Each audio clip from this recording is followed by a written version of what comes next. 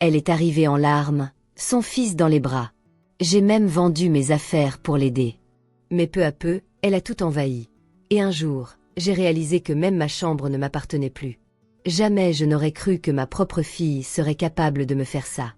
Je ne pensais pas que je reverrais ma fille un jour dans cet état. Célia est arrivée un mardi matin, sans prévenir. Elle portait 2 valises cabossées, Léo dormait sur son épaule, et ses yeux étaient gonflés comme après une tempête. Elle m'a dit qu'elle n'avait plus d'endroit où aller. Je n'ai rien demandé. Je lui ai juste ouvert la porte. Depuis son départ, cela faisait presque 3 ans qu'on ne s'était pas vu. Elle vivait avec un homme à Marseille, un type plus jeune, plus impulsif. Il l'a quittée du jour au lendemain, l'a laissée sans argent, avec un enfant sur les bras. Je n'ai jamais aimé cet homme, mais j'ai gardé mes opinions pour moi. À cet instant, ce qui comptait, c'était de l'accueillir. Gérard, mon mari depuis 22 ans, n'a pas dit grand-chose. Il a levé les yeux de son journal et s'est contenté de hocher la tête. Depuis sa retraite, il passe ses journées entre la télé, les promenades au parc et ses mots fléchés. Il n'a jamais été très démonstratif, surtout avec Célia. Ils ne se sont jamais vraiment entendus. Alors je me suis étonnée qu'il ne proteste pas du tout. Pas même une remarque. J'ai voulu croire qu'il compatissait. Je m'en suis contentée. Les premiers jours ont été un peu chaotiques. Léo pleurait beaucoup, Célia ne mangeait presque rien, et moi, je faisais de mon mieux pour que la maison reste calme. J'ai déplacé mes affaires dans le salon pour leur laisser ma chambre. Je disais que ce n'était que temporaire, que le canapé était confortable, que j'étais contente de les avoir près de moi. C'était un mensonge, mais un mensonge qui me faisait du bien. J'avais ma fille sous mon toit, mon petit-fils dans mes bras. C'était peut-être une nouvelle chance. Rapidement, j'ai commencé à dépenser plus que prévu. Il fallait racheter un lit pour Léo, des draps propres, des vêtements chauds. J'ai ressorti ma carte bancaire comme une mère qui ne compte pas. Je suis même allée demander un petit prêt à la banque pour couvrir les nouvelles dépenses. J'ai dit au conseiller que c'était pour des travaux urgents. Il m'a cru. En rentrant, j'ai acheté de nouveaux rideaux, des jouets éducatifs, du lait spécial. Je voulais qu'il se sente bien, qu'il ne manque de rien. Même si cela me coûtait. Célia, elle, ne parlait presque pas. Elle restait enfermée des heures avec son téléphone, envoyait des CV, disait qu'elle cherchait du travail. Je la croyais. Gérard, lui, a commencé à lui proposer de l'aide pour des petites choses. Réparer son ordinateur, garder Léo pendant qu'elle faisait des démarches, aller faire les courses ensemble. Je les voyais, parfois, discuter sur la terrasse en riant doucement. Ça me réchauffait un peu le cœur. Je me disais qu'ils prenaient enfin le temps de se connaître. Après tout, c'était aussi une famille. Mais au fil des jours, j'ai commencé à me sentir de trop. Ma cuisine ne m'appartenait plus. Mes horaires n'étaient plus respectés. On me demandait de baisser le son de la télé, de laisser la salle de bain libre plus longtemps, de ne pas trop bouger tôt le matin. Gérard passait de plus en plus de temps avec eux. Je restais seule, sur mon canapé, à me dire que c'était sûrement normal. Qu'une mère devait savoir se mettre en retrait. Mais une nuit, alors que je me levais pour boire un verre d'eau, j'ai trouvé la porte de la chambre fermée à clé. Ce n'était pas habituel. Je n'ai pas insisté. Je suis retournée sur mon canapé, avec une drôle de sensation dans la poitrine. 3 semaines plus tard, je me suis réveillée avec un mal de dos terrible. J'ai réalisé que cela faisait plus de 20 jours que je dormais dans le salon, que ma cuisine était devenue un champ de bataille de petits pots et de tasses sales, et que ma fille ne m'avait même pas demandé comment j'allais. Gérard m'a lancé un café froid ce matin-là, comme si j'étais devenue invisible.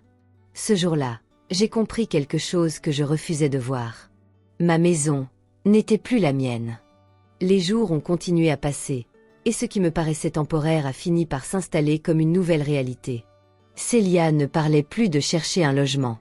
Elle disait que c'était compliqué, qu'avec un enfant en bas âge, les agences ne répondaient pas, que les loyers étaient trop élevés. Je comprenais. Je comprenais toujours. Alors je me suis tue. J'ai continué à payer les factures, à cuisiner pour tout le monde, à faire les courses et à gérer les rendez-vous médicaux de Léo. Je faisais tout, comme avant, sauf que cette fois, personne ne semblait s'en rendre compte. Un matin, je me suis levée et j'ai trouvé le salon complètement réaménagé. Célia avait déplacé les meubles pendant la nuit. Elle m'a dit que c'était pour faire de la place au coin jeu de Léo. Ma table basse avait disparu, remplacée par un tapis coloré et des bacs de jouets. Ma bibliothèque était partiellement vidée, remplacée par des boîtes de rangement en plastique. J'ai voulu dire quelque chose, mais Gérard est passé derrière moi et a dit que c'était mieux comme ça, plus moderne. J'ai souri, sans vraiment sourire. J'ai ramassé un coussin qui traînait par terre et je suis allée préparer le café, comme d'habitude. Un après-midi, en rentrant des courses, je les ai trouvés tous les deux assis à la table de la cuisine, en train de remplir un dossier. Gérard écrivait pendant que Célia lui montrait des papiers sur son téléphone. Ils ne m'ont pas entendu arriver. Quand je me suis approchée, ils ont changé de sujet aussitôt. J'ai demandé ce que c'était, et Célia m'a répondu que c'était des démarches administratives sans plus de détails. J'ai hoché la tête, mais j'ai senti qu'on me cachait quelque chose. Depuis quand ma fille et mon mari faisaient des démarches ensemble sans m'en parler. Gérard, qui autrefois me demandait mon avis pour le moindre achat, s'était mis à décider seul. Il a changé le fournisseur d'électricité, il a pris un abonnement Internet plus rapide pour que Célia puisse chercher du travail correctement. Il a même proposé de repeindre la chambre où elle dormait, et l'a fait sans me consulter. J'ai entendu le bruit des pinceaux et de la perceuse pendant 3 jours. Quand j'ai vu le résultat, j'ai eu envie de pleurer. Les murs étaient maintenant d'un bleu pâle, décorés de stickers d'animaux pour Léo. C'était joli. Mais ce n'était plus chez moi. Petit à petit, les rôles se sont inversés. Célia m'expliquait comment organiser le frigo, ce qu'il fallait acheter au marché, comment mieux gérer mes comptes. Elle disait ça d'un ton doux, presque affectueux, mais chaque mot me réduisait un peu plus. Gérard riait à ses blagues, hochait la tête à ses remarques, et quand je parlais, il semblait ailleurs. Un soir, alors que je posais la soupe sur la table, j'ai entendu Célia dire à Gérard qu'elle se sentait enfin à la maison. Il a souri. Moi, je suis retournée dans le salon, sans manger. Je ne disais rien, mais je voyais tout. Je voyais leurs regards complices, les petits gestes qui ne trompent pas. Gérard qui touchait l'épaule de Célia un peu trop souvent. Célia qui lui servait son café avec un sourire que je ne lui voyais plus depuis son adolescence. Peut-être que je me faisais des idées. Peut-être que j'étais juste jalouse de les voir si proches. Mais chaque jour qui passait, je me sentais un peu plus étrangère dans ma propre vie. Et puis il y a eu cette nuit-là. Je dormais mal, comme toujours. Je me suis levée pour aller aux toilettes, pieds nus, en silence. En passant près de la chambre, j'ai entendu un rire étouffé. Puis un chuchotement. La lumière était allumée, la porte entr'ouverte. J'ai ralenti, sans oser regarder. Mon cœur battait trop fort. Je suis retournée sur le canapé, glacée, incapable de fermer l'œil jusqu'au matin. Je n'avais rien vu de concret. Mais je savais. Et c'était peut-être pire. Si cette histoire vous touche autant qu'elle me l'a fait vivre, pensez à liker la vidéo et à vous abonner. J'ai encore beaucoup de choses à raconter, et croyez-moi, ce n'est que le début. Depuis cette nuit où j'ai entendu ce que je n'aurais jamais dû entendre, quelque chose s'est brisé en moi. Je ne disais rien, mais chaque geste, chaque regard entre eux me semblait une gifle silencieuse. J'essayais de me convaincre que j'imaginais des choses. Que j'étais vieille, fatiguée, paranoïaque peut-être. Mais chaque jour confirmait mon malaise. Célia prenait de plus en plus d'espace, et moi, de moins en moins. J'avais l'impression de flotter dans ma propre maison, comme un fantôme. Personne ne me demandait plus mon avis. Célia décidait du menu, des horaires de repas, de ce qu'on regardait à la télé. Même Léo venait me voir moins souvent. Un matin, je me suis baissée pour lui faire un câlin, et il est allé se cacher derrière Gérard. Je suis restée figée, à genoux, le cœur en miettes. Gérard n'a rien dit. Il l'a juste pris dans ses bras et a quitté la pièce. Ce genre de scène devenait de plus en plus fréquent. Il formait un bloc. Et moi, j'étais dehors, la tête contre la vitre. Je faisais encore la cuisine, le ménage, les lessives. Mais c'était devenu un réflexe, une habitude de survie. Personne ne me remerciait. Il laissait les assiettes sales sur la table, les serviettes mouillées par terre. Et moi, je ramassais. Célia disait que j'aimais ça, garder les mains occupées. Elle disait ça en riant, devant Gérard, comme si j'étais une vieille bête inoffensive, une sorte de décoration nostalgique dans leur nouvelle vie. Un jour, elle m'a même suggéré de m'inscrire à un atelier pour seniors actifs, pour me changer les idées. Comme si je dérangeais trop ici. Un soir, je suis allée chercher mes papiers dans le buffet de la salle à manger. J'avais besoin d'un vieux relevé de compte pour vérifier un virement que je n'avais pas reconnu. En ouvrant le tiroir, j'ai vu que mes dossiers avaient été déplacés. Il y avait maintenant un classeur avec le nom de Célia dessus, rempli de fiches de paie, de documents administratifs et une demande d'allocation logement à mon adresse. Je suis restée debout un long moment, le cœur battant. Elle comptait donc rester. Et elle ne me l'avait jamais dit. Pas une fois, elle n'avait évoqué un projet de départ. Elle construisait sa vie ici, sur mes ruines. Je me suis assise sur le canapé, les papiers sur les genoux, et j'ai senti mes yeux se remplir de larmes. Pas à cause de l'argent, ni même de la trahison que je ne pouvais pas encore nommer. Mais à cause du silence. De cette façon qu'ils avaient de faire comme si je n'existais plus. Comme si j'étais un meuble, un fond de décor. Je n'avais plus de chambre, plus de voix, plus de place. Juste un coin de canapé et un reste de café froid le matin. Même mes plantes, que j'arrosais tous les 2 jours depuis des années, commençaient à mourir dans l'indifférence générale. Quelques jours plus tard, j'ai entendu Célia au téléphone, enfermée dans la salle de bain. Elle parlait bas, mais j'ai reconnu le ton.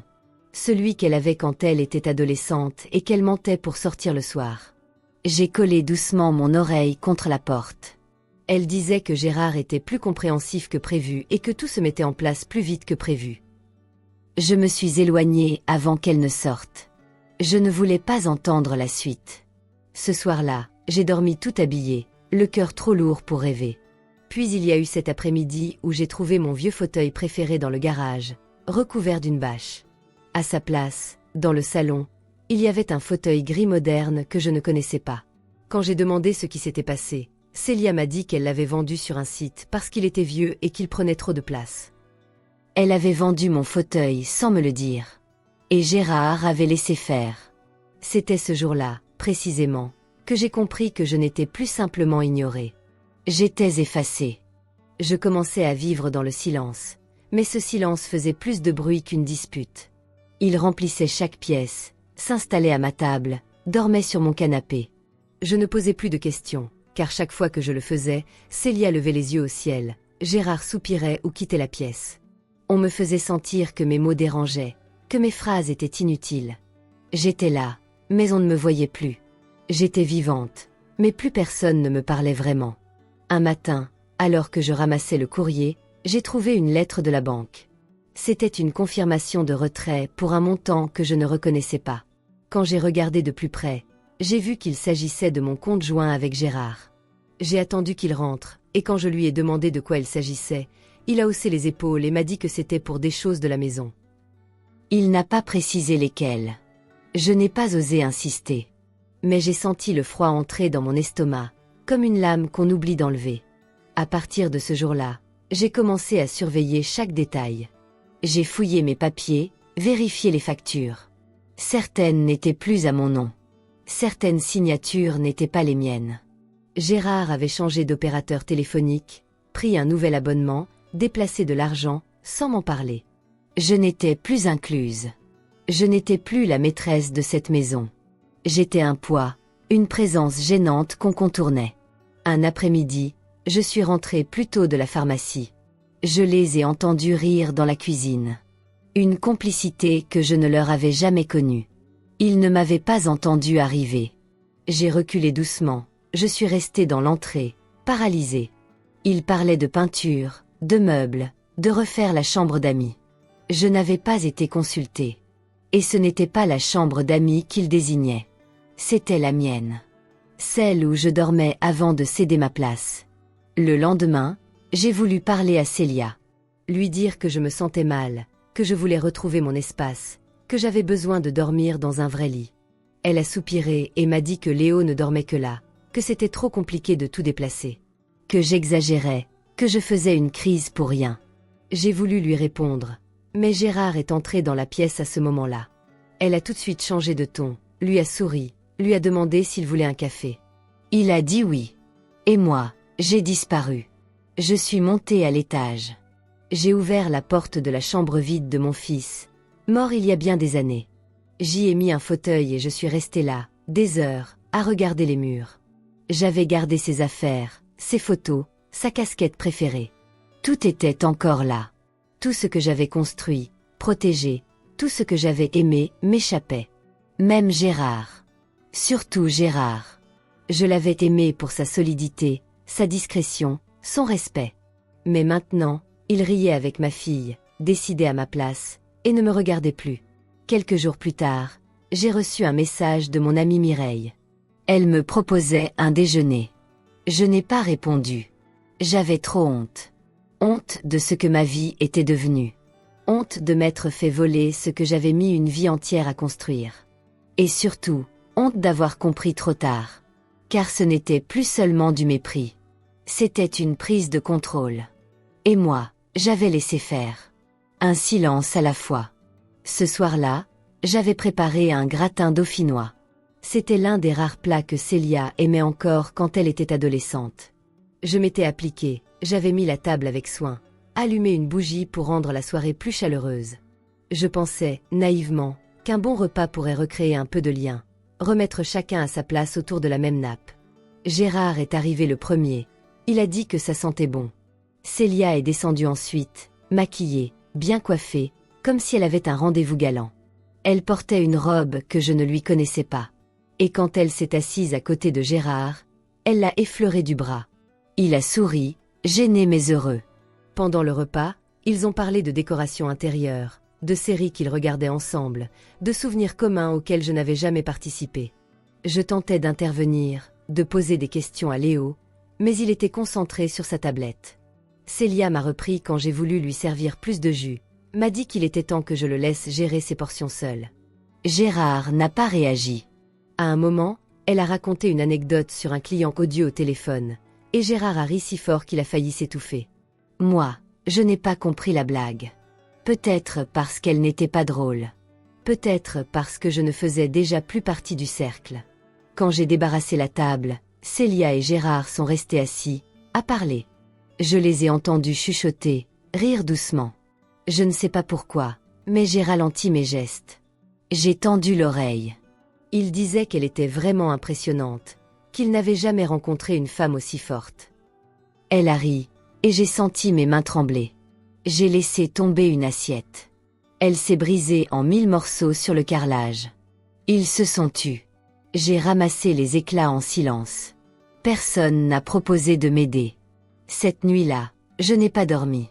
J'ai entendu des pas à l'étage. Puis un bruit de porte. Puis des chuchotements, à nouveau. Le genre de son qu'on entend entre deux respirations, qu'on essaie de nier mais qui reste là, collé à la peau. J'ai attendu dans le noir.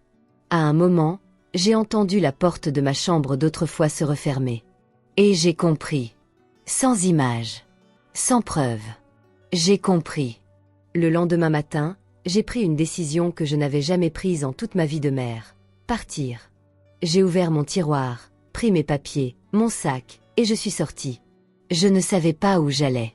J'ai marché dans le quartier, j'ai pris un bus au hasard, et je suis descendue devant la mairie. Je suis allée à l'accueil.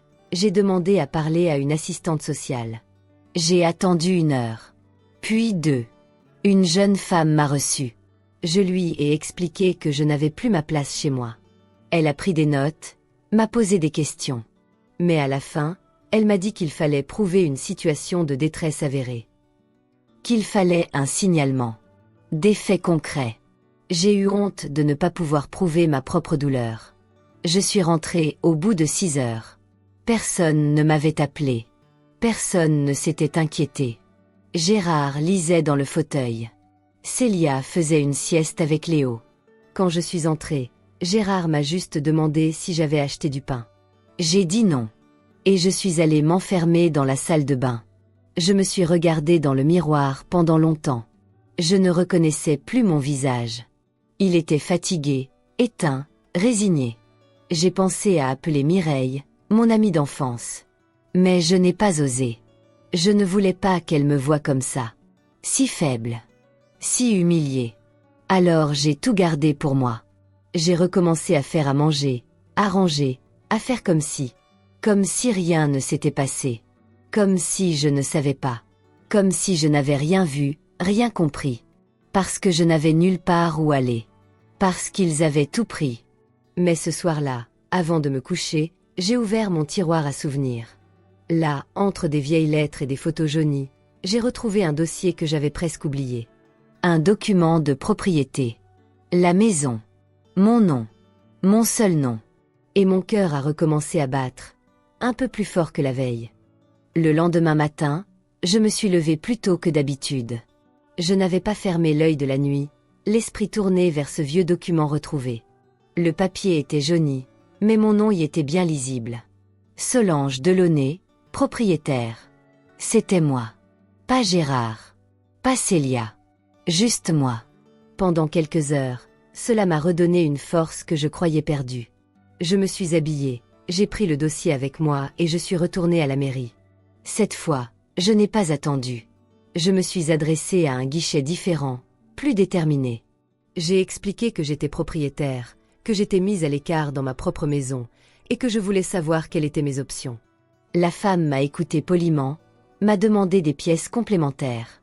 Elle a regardé le document avec attention, puis a froncé les sourcils. « Il manque une mise à jour », m'a-t-elle dit. Apparemment, Gérard avait entamé des démarches quelques années plus tôt pour transférer la maison en son nom. Il avait besoin de ma signature, mais selon leur registre, elle n'avait jamais été finalisée. Le dossier était resté incomplet. Je ne me souvenais même pas qu'il m'en avait parlé. Peut-être qu'il m'avait mis un papier sous le nez sans me dire ce que c'était. Ou peut-être qu'il avait abandonné l'idée, pensant que je ne partirais jamais. Dans tous les cas, légalement, la maison était encore à moi. Mais à quoi bon avoir un papier si on n'a pas de solution?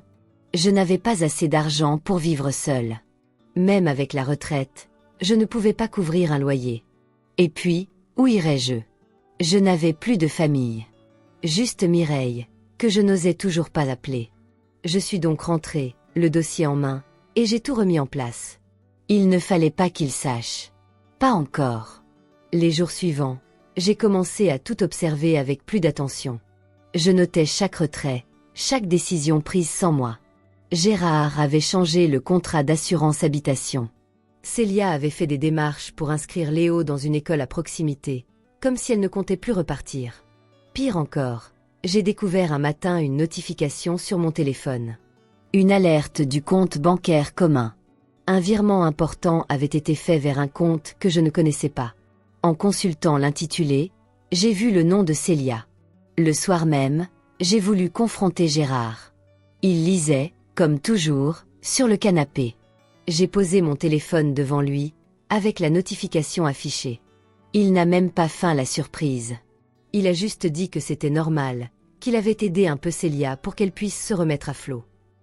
Je lui ai demandé pourquoi il n'en avait pas parlé. Il a haussé les épaules. Puis il s'est levé et a quitté la pièce. Je suis restée là, le cœur battant, la gorge sèche. C'était donc ça. Il faisait bloc. Et moi, j'étais la gêneuse, l'élément en trop. Plus tard, ce même soir, Célia est entrée dans la cuisine pendant que je faisais la vaisselle. Elle s'est appuyée contre le plan de travail, les bras croisés, le regard froid. Elle m'a dit que je devrais envisager de partir un moment, que ça me ferait du bien. Un petit séjour chez Mireille, non. J'ai serré l'éponge dans ma main jusqu'à en faire trembler le verre. Je lui ai demandé si c'était elle qui avait pris l'argent. Elle n'a pas répondu. Elle m'a regardé comme on regarde un meuble usé.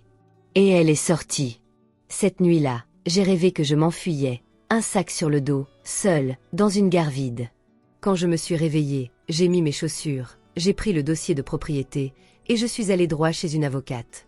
Une femme recommandée par une infirmière du centre médical où j'avais fait un bilan récemment. Je lui ai tout raconté. Elle a lu les documents, m'a écouté en silence, puis m'a dit « Vous avez plus de pouvoir que vous ne croyez, madame ». Pour la première fois depuis des mois, j'ai eu envie de croire que j'étais encore capable de changer ma propre vie. Vous pensez que ça ne peut pas aller plus loin? Attendez de voir ce qui m'est arrivé après. Abonnez-vous pour ne rien manquer et laissez un petit cœur si vous avez déjà ressenti cette solitude invisible. C'était un matin banal, celui où tout a basculé. J'étais dans la cuisine, les mains dans la pâte, en train de préparer une quiche pour midi. Léo jouait dans le salon avec ses petites voitures, et le silence était presque paisible. Puis Célia est entrée. Elle s'est appuyée contre le frigo, le regard perdu. Elle ne m'a pas salué, n'a rien demandé. Elle est restée là, les bras croisés, comme si elle attendait que je devine quelque chose. Je l'ai regardée, j'ai essuyé mes mains sur mon tablier, et j'ai demandé simplement « Qu'est-ce qu'il y a ?» Elle a haussé les épaules. Puis, sans détour, elle a lâché « Je suis enceinte ». Comme ça, sans émotion, sans un sourire. Je n'ai rien dit. Mon cœur s'est mis à battre fort, comme un tambour dans ma poitrine. Je me suis appuyée contre le plan de travail pour ne pas vaciller. Enceinte. Elle. Encore. Je n'ai pas eu le temps de poser la moindre question. Elle a enchaîné, presque comme si elle avait répété son discours à l'avance. C'est arrivé comme ça. C'était pas prévu. Mais je vais le garder. Et c'est tout. Pas de prénom, pas de situation, pas de père. Rien. Juste cette phrase balancée dans ma cuisine, comme une assiette qu'on casse au sol. Gérard est arrivé quelques minutes plus tard. Il a vu nos têtes, il a compris. Et sa réaction a été immédiate. Il l'a félicité. Il a souri. Il l'a prise dans ses bras. J'ai senti mes jambes se dérober. Il n'a même pas tourné la tête vers moi. Pas une seconde. Je n'ai pas compris. Ou plutôt, si. Je ne voulais pas comprendre. Pas encore. J'ai serré les dents, j'ai dit que j'allais chercher Léo pour le bain, et je suis sortie de la pièce comme une étrangère de plus dans cette maison. Les jours suivants, je me suis concentrée sur les détails. Sur les dates. Elle m'avait dit, il y a 2 mois, qu'elle passait un week-end chez une copine à Marseille. Qu'elle avait besoin de changer d'air. Elle était partie 3 jours. C'était à cette période que la grossesse avait dû commencer. Mais ce qui me rongeait le plus, c'était l'attitude de Gérard. Il était partout. Il portait ses sacs, l'accompagnait au rendez-vous, lui cuisinait des plats riches en fer. Il la surveillait comme une femme enceinte dont il se sentirait responsable. Un matin, elle avait oublié un sac de pharmacie sur la table. Je l'ai ouvert, pour ranger les boîtes. Il y avait des vitamines prénatales, un bracelet de maternité, et une enveloppe du laboratoire. Je l'ai ouverte. C'était une échographie. Là, noir sur blanc, figurait le nom de l'accompagnant médical, Gérard Delaunay. J'ai relu 2 fois. 3. Je me suis assise, l'enveloppe sur les genoux, les mains moites. Il ne l'avait pas accompagné pour l'aider. Il était enregistré comme proche référent. Il avait signé un papier que moi, je n'avais jamais vu. J'ai replacé chaque chose exactement où elle était. Puis je suis allée dans la salle de bain. Je me suis regardée dans le miroir. Et je me suis demandé si j'avais vraiment été aveugle. Depuis combien de temps? Depuis qu'elle avait emménagé? Ou depuis bien avant? Était-ce possible qu'il se soit passé quelque chose entre eux, sous mon toit, pendant que je faisais à manger, pendant que je nettoyais, pendant que je dormais sur le canapé? Était-ce vraiment possible que ma fille et mon mari? Je ne dormais presque plus. Je me levais la nuit pour écouter les bruits. Chaque rire étouffé, chaque pas dans l'escalier me brûlait le ventre. Un soir, j'ai entendu la porte de la chambre s'ouvrir doucement. Des pas. Puis plus rien. Le lendemain matin, Célia portait le peignoir de Gérard. Je l'ai reconnu. Il était trop grand pour elle. Il avait une tache de café sur la manche gauche. Elle est allée chercher du thé comme si de rien n'était. Et moi, je suis restée là, immobile, à me dire que j'étais en train de devenir folle. Mais ce n'était pas la folie. C'était la réalité. Lentement, elle s'installait. Et moi, je la laissais faire. Pas parce que je ne voulais pas me battre, non. Mais parce que je préparais quelque chose. Je gardais mes forces. J'avais un dossier. J'avais un nom sur une propriété. Et surtout, j'avais encore une vérité à découvrir. Car quelque chose ne collait pas. Pas seulement leur relation. Mais cette grossesse. Ce timing. Cette attitude de Célia. Ce regard de Gérard. Et puis il y avait cette intuition, enfouie, tenace. Une pensée que je repoussais depuis des semaines. Et si ce bébé n'était pas de Gérard non plus? Je ne sais pas ce qui m'a poussé à agir ce jour-là.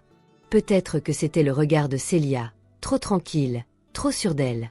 Peut-être que c'était Gérard, qui m'ignorait comme un objet déplacé dans le salon. Ou peut-être que c'était moi, simplement moi, fatiguée de me taire, de me tordre, de disparaître un peu plus chaque jour. Ce que je sais, c'est que ce matin-là, en les voyant rire ensemble dans la cuisine, j'ai senti quelque chose monter. Quelque chose que je n'avais pas ressenti depuis des années. Une rage froide, ancienne, celle qu'on garde trop longtemps au fond de la gorge. J'ai claqué la porte du salon. Ils se sont retournés brusquement. Célia a souri, un peu gênée. Gérard, lui, s'est levé, comme s'il s'apprêtait à m'expliquer quelque chose. Mais je ne leur ai laissé aucune chance. Je leur ai dit que je savais. Que je n'étais pas idiote. Que je voyais tout. Leurs regards. Leur silence. Leurs gestes. Je leur ai dit que la grossesse n'était pas un hasard. Que ce n'était pas une simple erreur. J'ai hurlé. Oui. Hurlé. Les larmes aux yeux, le cœur en feu. J'ai dit qu'ils m'avaient humilié, piétiné, volé tout ce que j'avais construit.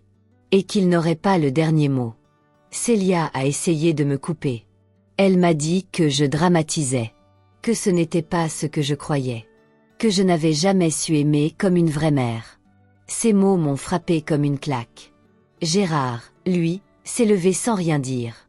Il a quitté la pièce. Lâche jusqu'au bout. Célia, alors, a levé le ton.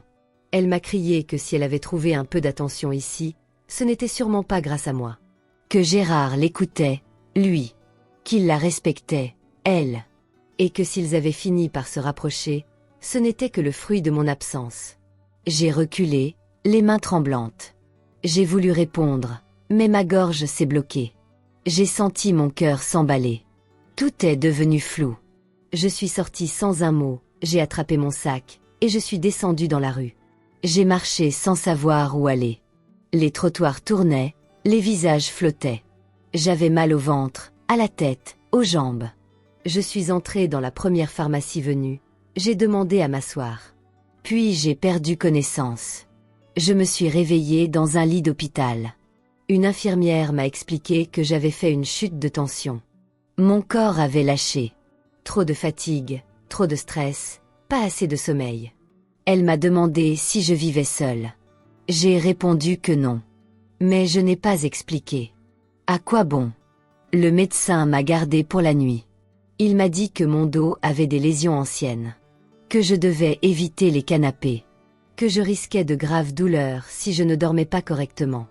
Il a écrit une note, m'a recommandé un suivi, et a demandé à une assistante sociale de me voir. La jeune femme qui m'a reçue s'appelait Manon. Elle avait la voix douce, mais le regard ferme.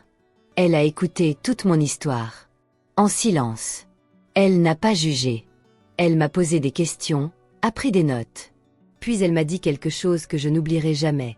Vous êtes en danger psychologique, Madame Delaunay. Et vous avez le droit de reprendre votre vie. Elle m'a parlé d'aide, de recours, de protection. Et surtout, elle m'a orientée vers une conseillère juridique. En sortant, j'ai compris que je n'étais plus seule. Que je n'étais plus une ombre. Quand je suis rentrée à la maison, le soir, personne ne m'a demandé où j'étais. Gérard était devant la télé. Célia jouait avec Léo. La table était vide. Rien n'avait changé. J'ai traversé le salon comme une étrangère. J'ai ouvert la porte de la chambre du fond et j'ai posé mon sac sur le lit. Je n'ai pas dit un mot. Je n'en avais plus besoin. Parce qu'à cet instant précis, je savais quelque chose qu'ils ignoraient. J'étais toujours la seule propriétaire de cette maison. Et ils allaient bientôt le découvrir. À partir de ce soir-là, j'ai commencé à jouer un rôle. Celui de la vieille femme résignée, celle qu'on ignore sans remords, celle qui fait la vaisselle en silence et qui ne dérange plus personne. Je me suis rendue invisible à leurs yeux, volontairement. Mais dans ma tête, tout bouillonnait. Je savais désormais que j'avais des droits. Que la maison m'appartenait encore légalement. Et surtout, je savais que si je voulais m'en sortir, il ne fallait plus agir avec le cœur. Mais avec stratégie. Chaque matin, je me levais plus tôt qu'eux. Je sortais discrètement les papiers de mon tiroir, les relisais, les rangeais. Puis je prenais des notes. Des dates. Des transactions. Des phrases qu'ils m'avaient dites. Je notais tout. Et chaque mercredi, après avoir dit que j'allais marcher un peu au parc, je prenais le bus jusqu'au centre-ville et retrouvais l'avocate. Elle s'appelait Maître Rivière. Une femme calme, précise, sans pitié pour les injustices.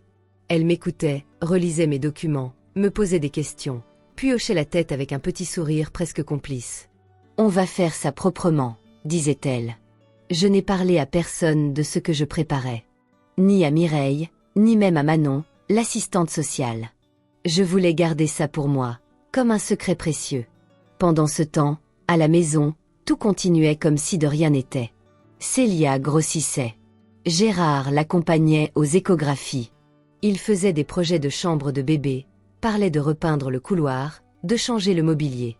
J'écoutais en silence. Parfois, il me demandait mon avis, juste par politesse. Je répondais vaguement. Mais à l'intérieur, chaque mot m'aidait à bâtir ma décision. Un jour, en nettoyant le meuble de l'entrée, je suis tombée sur une enveloppe ouverte. Une correspondance d'une clinique privée. Par curiosité, j'ai lu. C'était un suivi de grossesse. Ce qui m'a frappé, ce n'était pas le nom de la clinique, ni les examens. C'était une annotation en bas de page, antécédents médicaux du partenaire, stérilité masculine confirmée en 2019. J'ai relu 3 fois. Il n'y avait aucun doute. Le partenaire médical désigné, c'était Gérard. Et selon ce document, il était stérile depuis plusieurs années. J'ai refermé la lettre, je me suis assise lentement. Je savais maintenant. Le bébé que portait Célia ne pouvait pas être de Gérard. J'ai senti quelque chose de froid me traverser. Une autre vérité se dessinait. Un autre nom. Une autre hypothèse. Célia avait revu son ex-mari. Elle m'avait dit qu'il l'avait quitté pour une autre. Qu'il était violent. Mais si elle avait menti sur la paternité, que savait-on vraiment de ce passé? Et pourquoi Gérard acceptait-il ce rôle? Par amour pour elle? Par peur de moi? Je n'ai pas posé de questions. Ce n'était plus le moment des confrontations. C'était le moment d'agir. J'ai repris mes rendez-vous, signé des papiers, rempli des formulaires. J'ai retrouvé l'acte de propriété complet, mis à jour. J'ai fait certifier des copies. Et une semaine plus tard, j'ai pris la décision finale. Je suis allée à l'agence immobilière du quartier et j'ai mis la maison en vente. Personne n'a rien su. L'agent est venu en journée, pendant que Célia était à son rendez-vous médical et Gérard en promenade avec Léo. Il a pris des photos, m'a fait signer un mandat de vente. Je lui ai demandé la plus grande discrétion. Il a promis. 3 jours plus tard, une offre a été faite. Une bonne. Très bonne, même. J'ai accepté. Et ce matin-là, quand j'ai reçu le contrat final dans ma boîte mail, j'ai su que j'étais prête. Prête à leur dire. Prête à tout faire basculer. Vous êtes toujours là? Merci de m'écouter. Avant que je vous dise comment tout s'est terminé, cliquez sur like et abonnez-vous. Ce que j'ai fait, personne ne l'avait vu venir. Ils étaient tous là, assis dans le salon comme chaque fin d'après-midi. Gérard lisait, les pieds sur la table basse. Célia, énorme, fatiguée, regardait un programme de rénovation de maison en caressant son ventre. Léo jouait dans un coin, concentré sur ses briques de construction. Et moi, debout devant eux, une enveloppe à la main. J'ai pris une grande inspiration. Je leur ai dit qu'il fallait parler. Juste ça. Célia a levé les yeux. Gérard a soufflé, agacé.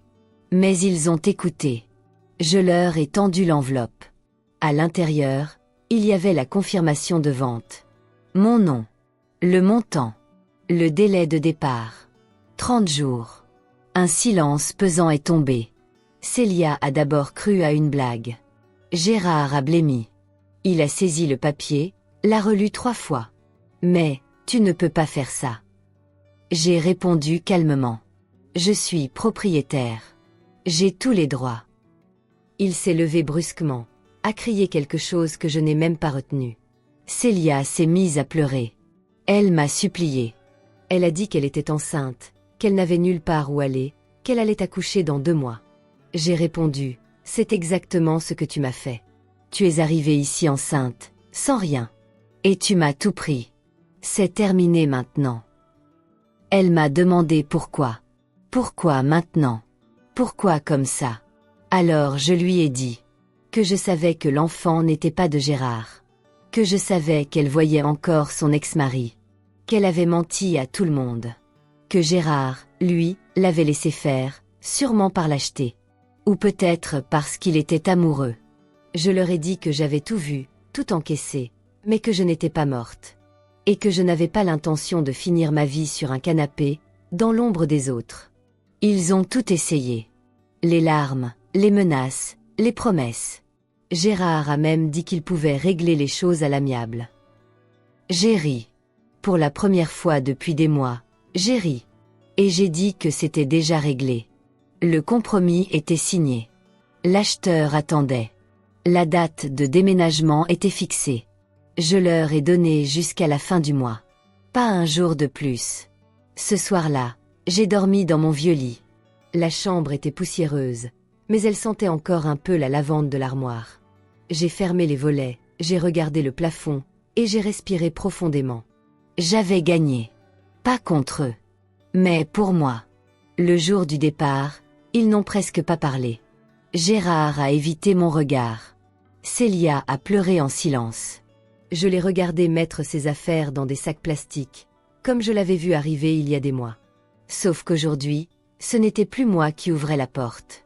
J'ai utilisé l'argent de la vente pour louer un petit appartement près de la rivière. Un 2 pièces simple, lumineux, avec un balcon où j'ai installé mes géraniums.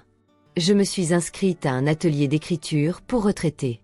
Je sors tous les mardis avec Mireille. Je dors dans un lit qui m'appartient. Je cuisine pour moi seule. Et je ris, parfois. Pas fort. Pas tout le temps. Mais sincèrement. Je ne sais pas ce qu'ils sont devenus. Je n'ai pas cherché à savoir. Peut-être qu'ils vivent ensemble. Peut-être que non. Peut-être qu'elle a eu son bébé. Mais je ne veux plus d'explications, plus d'excuses. Car le jour où j'ai fermé cette porte, j'ai aussi fermé la page d'une vie que je ne voulais plus subir. Et celle qui a commencé ensuite, c'est enfin la mienne.